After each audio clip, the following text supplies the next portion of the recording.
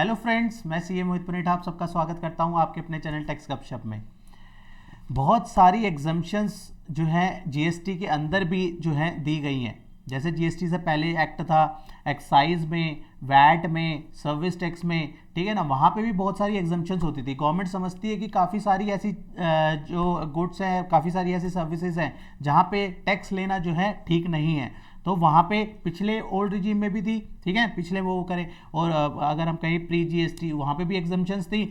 यहाँ पे भी जीएसटी में काफ़ी सारी एग्जम्पशंस हैं। अगर हम कहें बेस नोटिफिकेशन नंबर 2/2017, या हम कहें नोटिफिकेशन नंबर 12/2017, इन दोनों नोटिफिकेशंस में काफ़ी सारी एग्जम्पशंस जो है कवर होती हैं। 149 गुड्स को जो है कवर करा गया है एग्जम्पशंस के अंदर, 81 सर्विसेज को कवर करा गया है जो है इन एग्जम्पशंस के अंदर। तो इस आज जो है हम समझेंगे कि कौन कौन सी एग्जम्पशंस जो है यहाँ पे गवर्नमेंट हमें देती है, ठीक है ना। उनको हम 1 बाय 1 कंपाइल करते हुए चलेंगे, ठीक है। क्योंकि होता क्या है, नॉर्मली ये देखा गया है कि लोग सोचते हैं कि कोई भी गुड्स या प्रोडक्ट है या सर्विसेज है तो वहाँ पे या तो 5% का रेट लगेगा, या 12 या 18 या 28 इस तरीके का रेट लगेगा। लेकिन काफ़ी सारी जो है गुड्स या फिर हम कहें काफ़ी सारी ऐसी सर्विसेज जो है गवर्नमेंट ने साथ साथ एग्जेम्प्ट भी करी हुई हैं। तो आइए मूव करते हैं स्क्रीन में और देखते हैं कि कौन कौन सी जो है गुड्स यहाँ पे हमारे को एग्जम्पशंस के अंदर यहाँ पे गुड्स एंड सर्विसेज दिखती हैं, ठीक है। पहले मैं आपको दिखा देता हूँ इसकी बेस नोटिफिकेशन अगर हम बात करें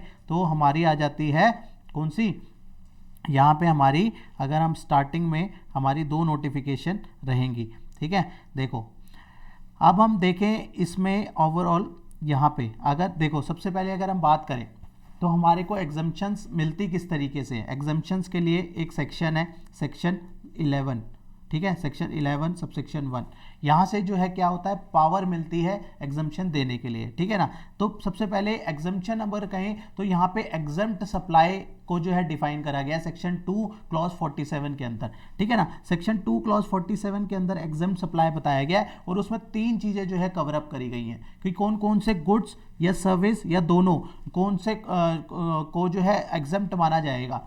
तो पहला यहाँ पे कहा गया, जब कोई भी नील रेटेड होगा, अगर किसी भी प्रोडक्ट का या किसी भी सर्विसेज का रेट जो है कितना होगा, 0 होगा, ठीक है, तो क्या होगा, इसको एग्जेम्प्ट जो है माना जाएगा।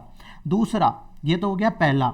दूसरा कहा क्या गया, अगर कोई प्रोडक्ट या फिर किसी सर्विस में एग्जम्पशंस दी गई है, एग्जम्पशन दी गई है, ठीक है ना। एग्जम्पशन जो है पूरी भी हो सकती है जिसको हम कहेंगे वोली एग्जम्प्ट, एक होती है पार्शियली एग्जम्प्ट, ठीक है ना।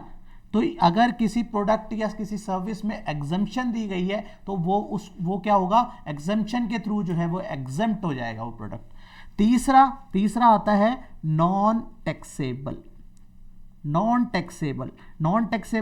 के क्या मतलब हो गया कि भैया उसमें जीएसटी की टैक्सेबिलिटी नहीं आएगी, वहाँ उसमें जीएसटी की टैक्सेबिलिटी नहीं आएगी, ठीक है। जैसे हम जानते हैं alcoholic liquor for human consumption, उस पर क्या है, अभी भी वैट वगैरह लगता है, ठीक है ना, एक्साइज लगता है, ठीक है ना, वहाँ पे अभी जीएसटी नहीं लगता।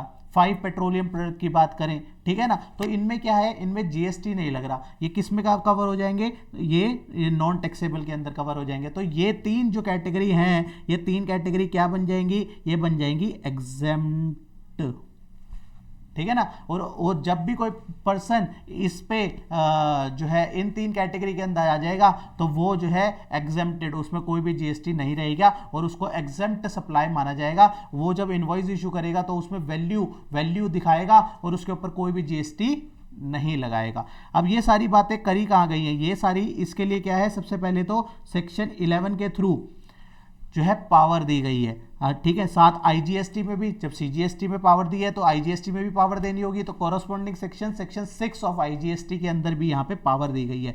अब इसमें 3 सबसेक्शन जो है हमारे इंपॉर्टेंट बन जाते हैं। सेक्शन 11 सबसेक्शन 1 जो कि जनरल एग्जम्पशन की बात करता है, ठीक है, कहता है गवर्नमेंट इन पब्लिक इंटरेस्ट, जब गवर्नमेंट को लगता है इन पब्लिक इंटरेस्ट, वो क्या कहता है, काउंसिल को रिकमेंड करता है और बाय नोटिफिकेशन फिर क्या होता है, एग्जेम्प्ट हो जाती है, या तो एब्सोल्युटली या फिर कोई कंडीशन के साथ, ठीक है ना। कोई कंडीशन के साथ अगर ऐसा हुआ तो एग्जेम्प्ट कर दिया करें, तो इसको हम कहेंगे कंडीशनल, या फिर नॉर्मली कर दिया भैया ये प्रोडक्ट है, ये एग्जेम्प्ट है, तो वो हो गया विदाउट एनी कंडीशन।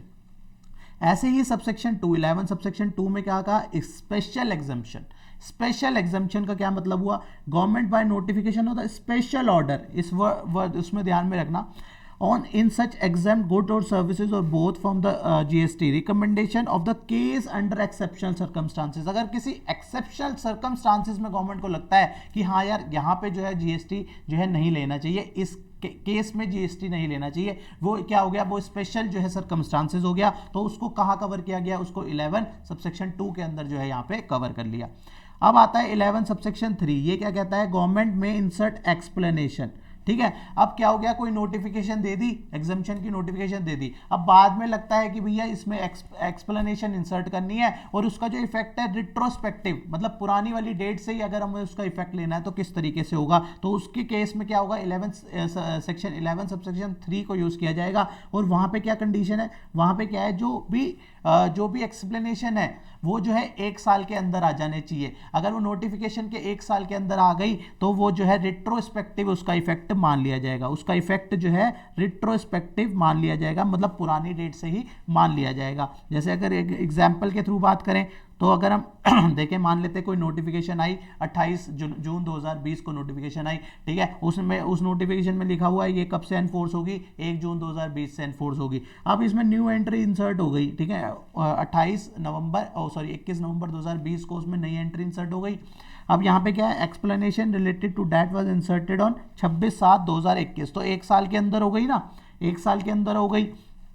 तो यहाँ पे जब वो जैसे ही 1 साल के अंदर हो गई तो इसका जो है रिट्रोस्पेक्टिव इफेक्ट कहाँ से आ जाएगा, इस डेट से ही रिट्रोस्पेक्टिव इफेक्ट आ जाएगा 21/9/2020। अगर 1 साल के अंदर नहीं हुई तो रिट्रोस्पेक्टिव इफेक्ट नहीं आ सकता, ठीक है ना। यहाँ पे इसके बारे में बात करी गई है। इसको अगर हम इजी चार्ट फॉर्म में समझे तो हमने इसको बाइफरकेट कर दिया 11(1), 11(2) और 11(3) के अंदर। जो अभी हमने पढ़ा है वो यहाँ पे बात लिखी हुई है, टैक्सेबल गुड्स और services any specified description is satisfied that it is necessary in the public interest by notification.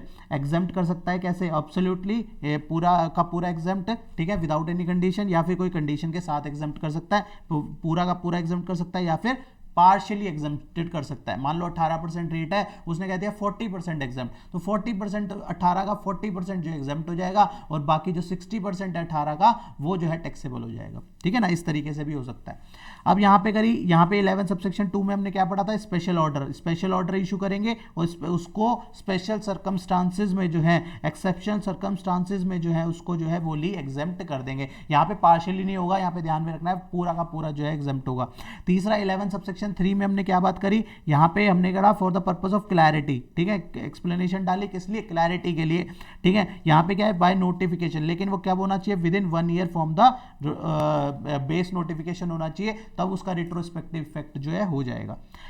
अब एक बात और होती है यहाँ पे ध्यान में रखने वाली, क्या बात आती है, यहाँ पे आती है कि भैया कोई नोटिफिकेशन CGST में आई तो क्या वो IGST में भी आएगी, ये बात क्लियर करनी बहुत ज़्यादा जरूरी है। तो इसके लिए हमें समझना पड़ेगा exemption under one act and it effect on the another GST act, क्योंकि CGST एक्ट भी है, हर स्टेट के SGST एक्ट भी है और IGST एक्ट भी है। तो किस तरीके से जो है नोटिफिकेशन इशू करी जाएगी, तो यहाँ पे बात करी एक्सेप्शन अंडर, अगर एग्जम्पशन अगर CGST एक्ट में आई है तो भैया उसका माना जाएगा deem exemption under SGST act और UTGST एक्ट, ठीक है। CGST में आ गई तो UTGST या SGST में भी मान ली जाएगी। Exemption under IGST act, no auto application separate exemption must be issued under IGST act. CGST में आई, SGST में, CGST में आई, SGST में तो मान लिया, लेकिन IGST के लिए अलग से एक एग्जम्पशन जो है वो देनी पड़ेगी, ठीक है ना, IGST में अलग से डालनी पड़ेगी। अब इसी का वाइस वर्सा अगर हम बात करें,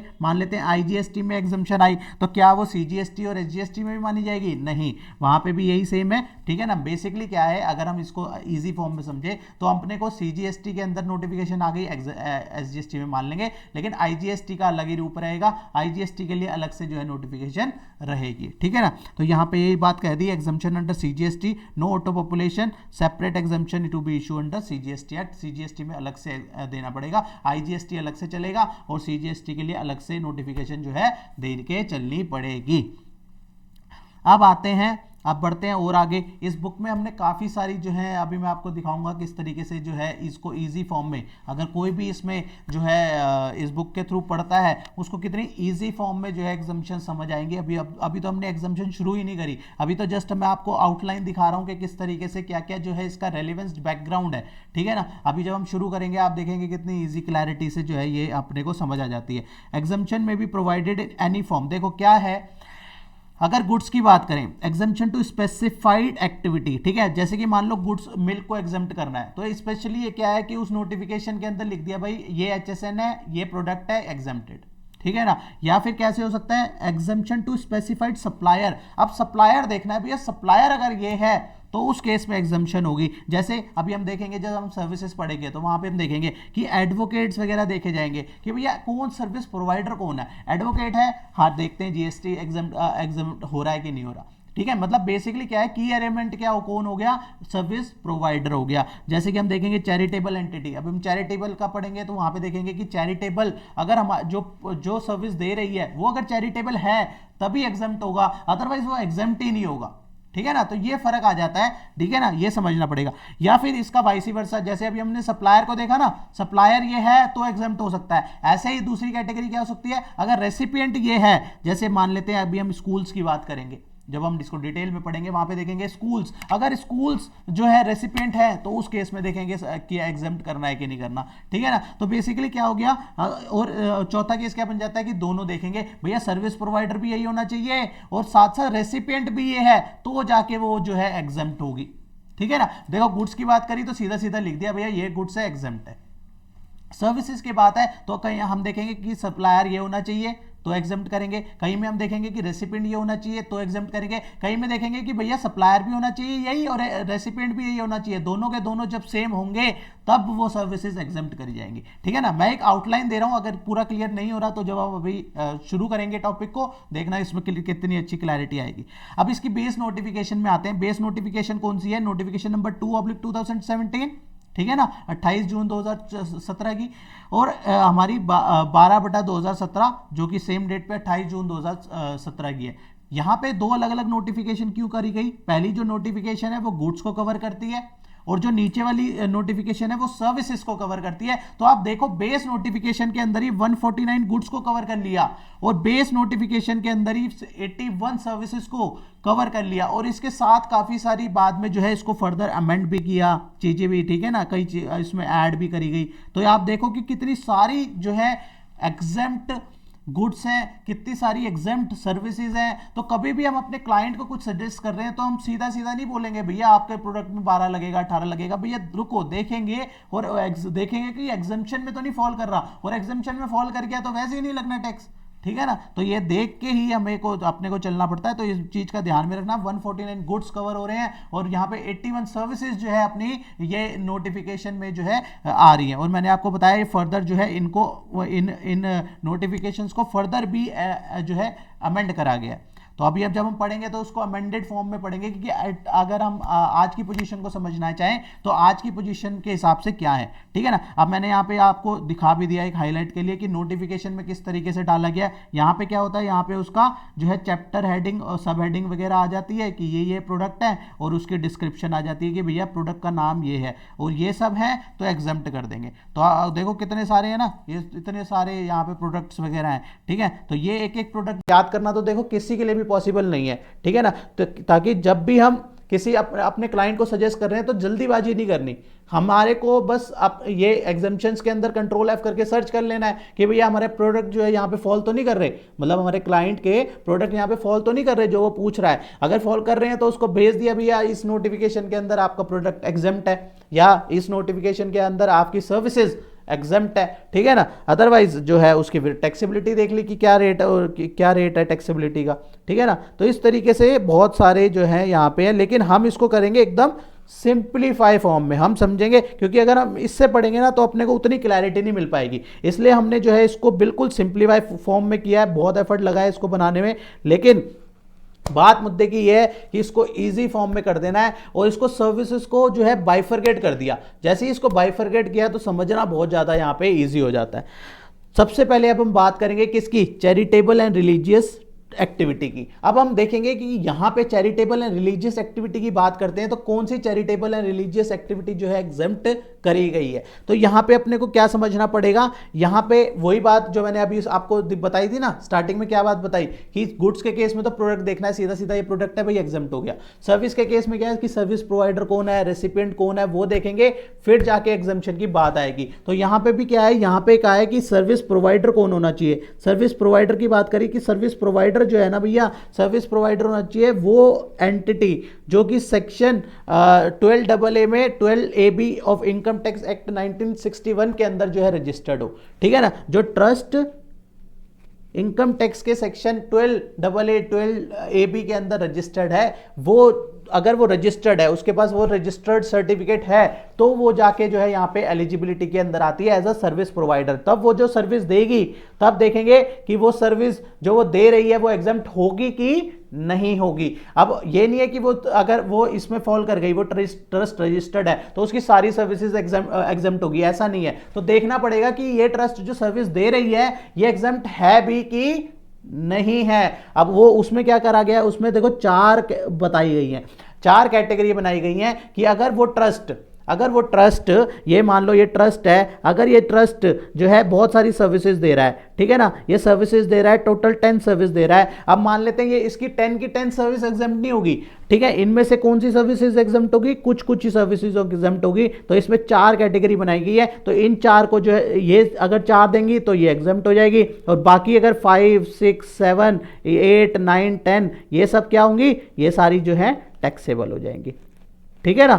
इजी फॉर्म में समझ आ गया। अब ये 4 कौन सी हैं वो हम लेके चलते हैं, वो समझते हैं क्या वो है, ठीक है ना। यहां पे ये हो गया 4 सर्विसेज ऐसी हैं जो ट्रस्ट देगा तो एग्जेम्प्ट होगी, वो किसी को भी दे, ठीक है। रेसिपिएंट क्या है, कोई भी हो सकता है। कंडीशन क्या है, activity must be out of these charitable activity, जो हम बात करेंगे ये एक्टिविटी होंगी तो ही एग्जेम्प्ट होंगी। तो भैया क्या क्या एक्टिविटी है, पहली उन्होंने कहा कि पब्लिक हेल्थ की बात करी।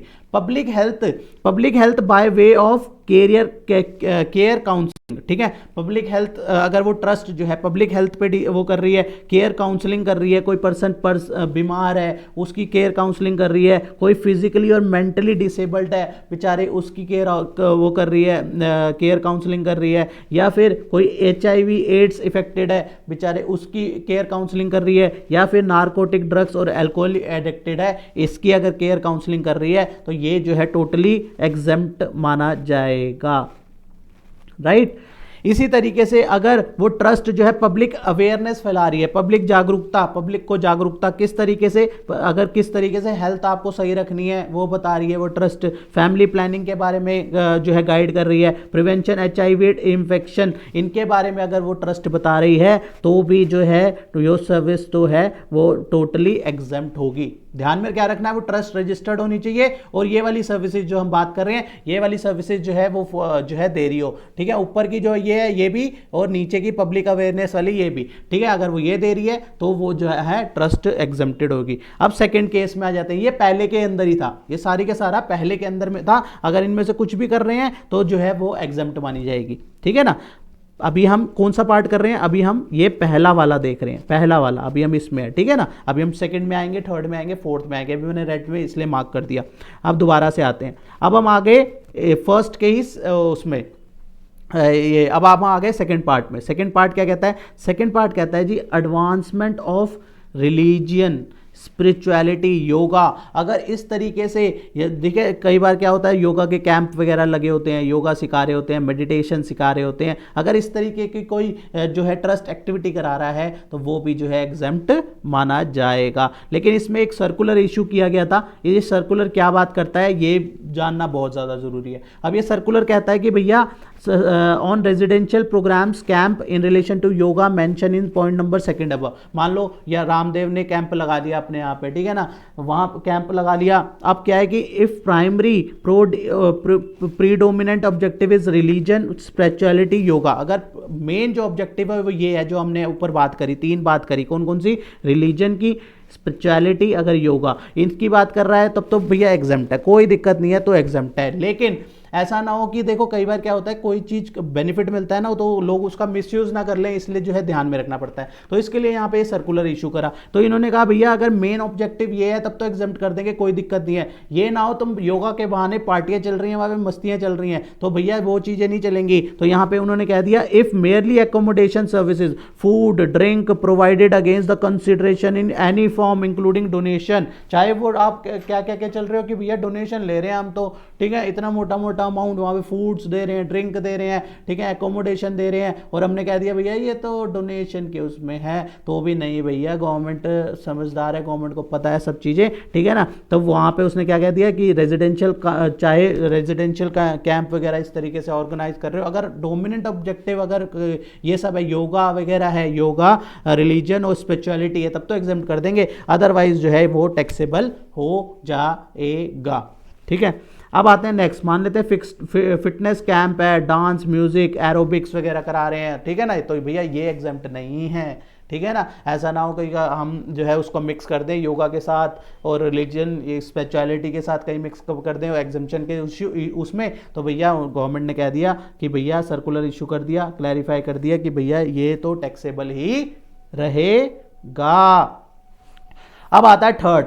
अब थर्ड में क्या कर रहा है, थर्ड में advancement of educational program skill development relation to, क्या हो रहा है, एडवांसमेंट ऑफ एजुकेशनल प्रोग्राम चला रहे हैं, स्किल डेवलपमेंट प्रोग्राम चला रहे हैं, किस लिए, किसके लिए, एब्डोमेंट के लिए, वो लेफ्ट जो घर छोड़ गया, ऑर्फेंड, ठीक है, जिसके पेरेंट्स नहीं हैं, बेचारे जो अनाथ हैं उनके लिए हो गया, होमलेस चाइल्ड के लिए, या फिर किसके education program skill development program किसके लिए चला रहे हैं, फिजिकली मेंटली अब्यूज्ड के लिए चला रहे हैं, ट्रोमनाइज्ड पर्सन है कोई उसके लिए चला रहे हैं, या फिर कोई ऐसा पर्सन जो 65 साल से ऊपर हो प्लस रूरल एरिया में रह रहा हो, अगर ये दोनों कंडीशन है उस केस में, ठीक है ना। यहाँ पे दो कंडीशन है, पर्सन की एज भी जो है 65 से ऊपर की होनी चाहिए और रूरल एरिया में रह रहा हो, तो वहाँ पे जो है उन केस में अगर एजुकेशन प्रोग्राम, वो ट्रस्ट जो है एजुकेशन प्रोग्राम चला रही है, स्किल डेवलपमेंट प्रोग्राम चला रही है, तो वो भी जो है एग्जेम्प्ट हो जाएगा। और इसी में चौथा केस क्या है, प्रिवेंशन ऑफ इन्वायरमेंट, किस तरीके से प्रिवेंट, अगर वो ट्रस्ट जो है बता रहा है कि भैया इन्वायरमेंट को सुरक्षित कर लो कर लो कर लो कर लो, ठीक है, किस तरीके से वो बता रहा है, वाटरशेड, फॉरेस्ट, वाइल्ड लाइफ, इन सब के बारे में बता रहा है कि इनको प्रिवेंट करो, तो वो भी जो है टोटली एग्जेम्प्ट माना जाएगा। अब ये जो हमने सारी बातें करी ना, ये पॉइंट नंबर कैटेगरी 1 के अंदर आती हैं, ठीक है ना, कैटेगरी 1 के अंदर जो अभी मैंने बताया था ना, लाल ये मार्क किया था, ठीक है ना, अभी 1 के अंदर ये सारी आती है। अब हम देखेंगे कि ट्रस्ट और ट्रस्ट के लिए और क्या क्या एग्जाम्प्ट है। तो अब हम मूव करते हैं सेकंड में बात करें, तो सेकंड के लिए हमें क्या ध्यान में रखना है, देखो कुछ बातों का ध्यान में रखना है। यहाँ पे क्या बात में ध्यान रखना है, यहाँ पे देखो मैंने आपको पहले स्टार्टिंग में भी बताया था कि हम देखेंगे सर्विस प्रोवाइडर कौन है, हम देखेंगे सर्विस रेसिपिएंट कौन है। पहले केस में अभी जो हमने बात करी, जितनी भी अभी तक हमने ट्रस्ट के केस में बात करी, हमने सिर्फ ये देखा कि ट्रस्ट जो है ये सर्विसेज दे रहा है तो एग्जेम्प्ट है। अब यहाँ पे हमें कुछ चीजें और भी ध्यान में रखनी है। सेकेंड पॉइंट में क्या क्या देखना है कि भैया ओल्ड एज होम है, ओल्ड एज होम है, ठीक है, सर्विस प्रोवाइडर तो ऑब्वियसली वही होगा, कौन सा, ट्रस्ट होगा जो रजिस्टर्ड है, ठीक है, वो वाला ट्रस्ट वो रजिस्टर्ड होना चाहिए। और यहाँ पे वो रेसिपिएंट भी देखना है, प्रोवाइडर भी ट्रस्ट रजिस्टर्ड होना चाहिए। रेसिपिएंट क्या है, जो ओल्ड एज, कौन से, जो 60 साल से ऊपर का बंदा है, अगर उसको वो ट्रस्ट उन पर्सन को जो 60 साल से ऊपर का है उनको ओल्ड एज होम दे रहा है, और उस ओल्ड एज होम का जो कंसिडरेशन है वो बोर्डिंग लॉजिंग मेंटेनेंस वगैरह मिला के 25,000 तक है पर मंथ, ठीक है, एक बंदे का 25,000 तक है तो एग्जेम्प्ट होगा, ठीक है ना। अब मान लो ये 25,000 की जगह वो ट्रस्ट जो है चार्ज कर रहा है 30,000, तो भैया पूरा 30,000 चार्ज होगा। ऐसा नहीं है कि आप सोचो कि बैलेंस पार्ट जो है वो टैक्सेबल होगा, 5,000 टैक्सेबल नहीं होगा, पूरा 30,000 टैक्सेबल होगा। यहां पे एक कैपिंग लगा दी, यहां पे एक लिमिट लगा दी कि भैया यहां तक है तो आपको एग्जम्पशन मिल जाएगी, अगर यहां तक नहीं है तो आपको नॉर्मली ही ट्रीट करा जाएगा, तो उस केस में जो है वो टैक्सेबल हो जाएगा। तो इस चीज का ध्यान में रखना है, जो भी हमें जब हम जितने भी हम पढ़ने जा रहे हैं एग्जम्पशन वगैरह, इस चीजों का ध्यान में रखना। वहां पे ऐसा नहीं है कि एक्सीड जो अमाउंट बढ़ेगा, जो अमाउंट जो है एक्स्ट्रा अमाउंट जो होगा उसके ऊपर जीएसटी लगेगा, नहीं, पूरे पे जो है जीएसटी लगेगा। एग्जम्पशन की कंडीशन सेटिस्फाइड हो रही होंगी तो एग्जम्पशन मिल जाएगी, और एग्जम्पशन की कंडीशन सेटिस्फाइड नहीं होंगी तो पूरा का पूरा अमाउंट ही टैक्सेबल हो जाएगा, ठीक है ना। अब इसी में हम थर्ड पॉइंट मूव करते हैं। थर्ड पॉइंट में क्या है, देखो जी, थर्ड पॉइंट में क्या है, यहाँ पे क्या है, रिलीजियस, अगर कोई पर्सन जो है कहाँ जा रहा है, कैलाश मानसरोवर यात्रा में जा रहा है, हज यात्रा में जा रहा है। अब ये कौन ऑर्गेनाइज करता है, यहाँ पे ऑर्गेनाइज करता है कुमाऊं मंडल विकास निगम लिमिटेड।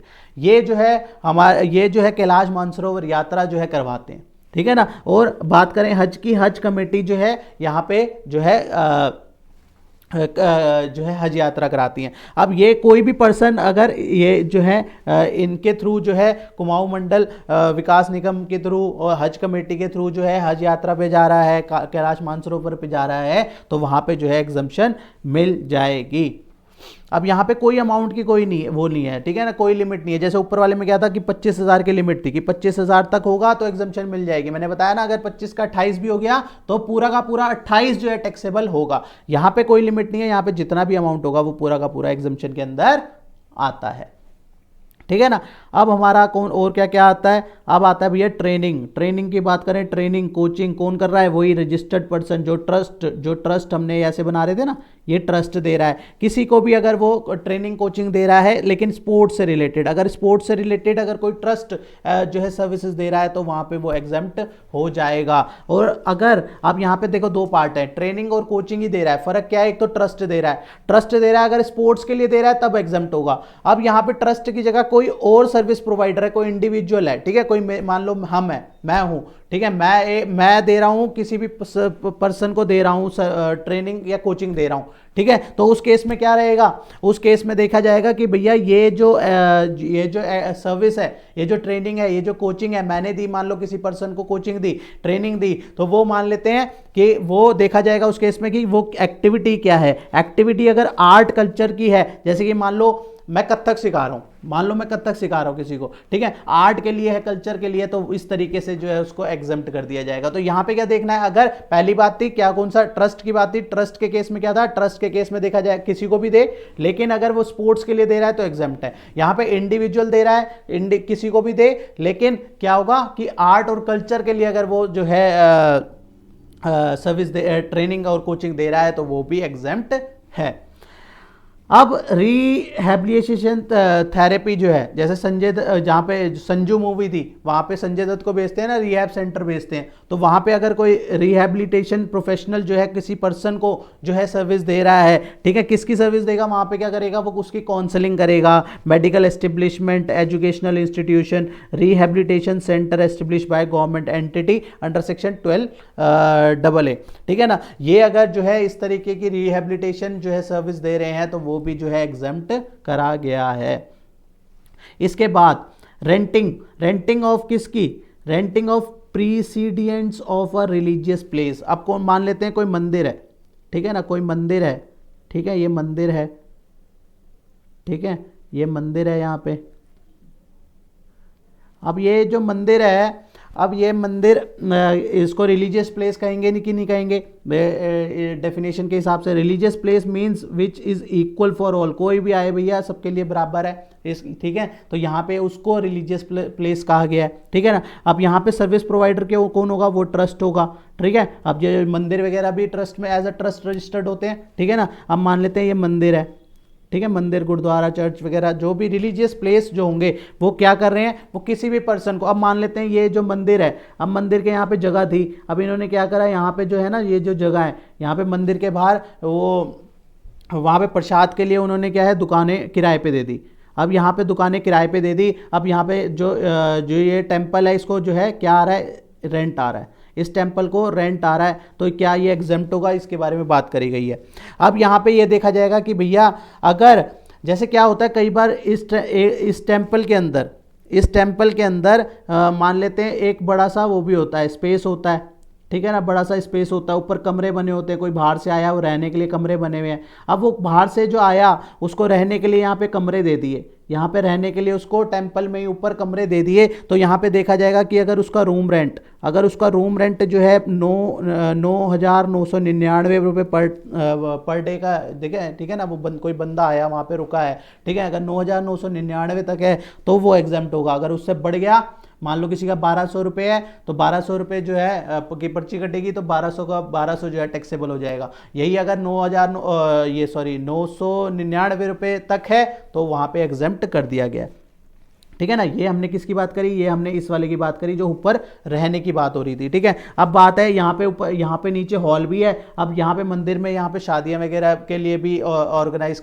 शादियाँ वगैरह भी होती हैं। ठीक है ना, यहाँ पे प्रीमिसेस है, हॉल है, पंडाल है, कल्याण मंडलम है। तो वहाँ पे शादियाँ वगैरह के लिए जो है वहाँ पे उन्होंने कह दिया भैया हम लेंगे 9,000 रुपये, हम लेंगे 9,000 रुपये। तो वो 9,000 जो है एग्जाम्प्ट हुआ, क्योंकि यहाँ पे लिमिट क्या है, क्योंकि यहाँ पे लिमिट है कितनी, 9,999 रुपये पर डे की। ठीक है, अब मान लेते हैं किसी ने क्या कर दिया, 11,000 रुपये जो है टेम्पल ने चार्ज कर लिया 11,000 रुपये। ठीक है, उन्होंने कहा ठीक है शादी कराओ कोई दिक्कत नहीं, 11,000 का जो है यहाँ पे वो आप जो है पर्ची कटाना। अब यहाँ पे क्या होगा, उस केस में क्या होगा, वहाँ पे टैक्सेबिलिटी आ जाएगी। ठीक है ना, 9,999 रुपये तक जो है एग्जेम्प्ट है, 10,000 भी होगा तो वहाँ पे टैक्सेबिलिटी आ जाएगी, पूरे उसमें जो है जीएसटी लग जाएगा।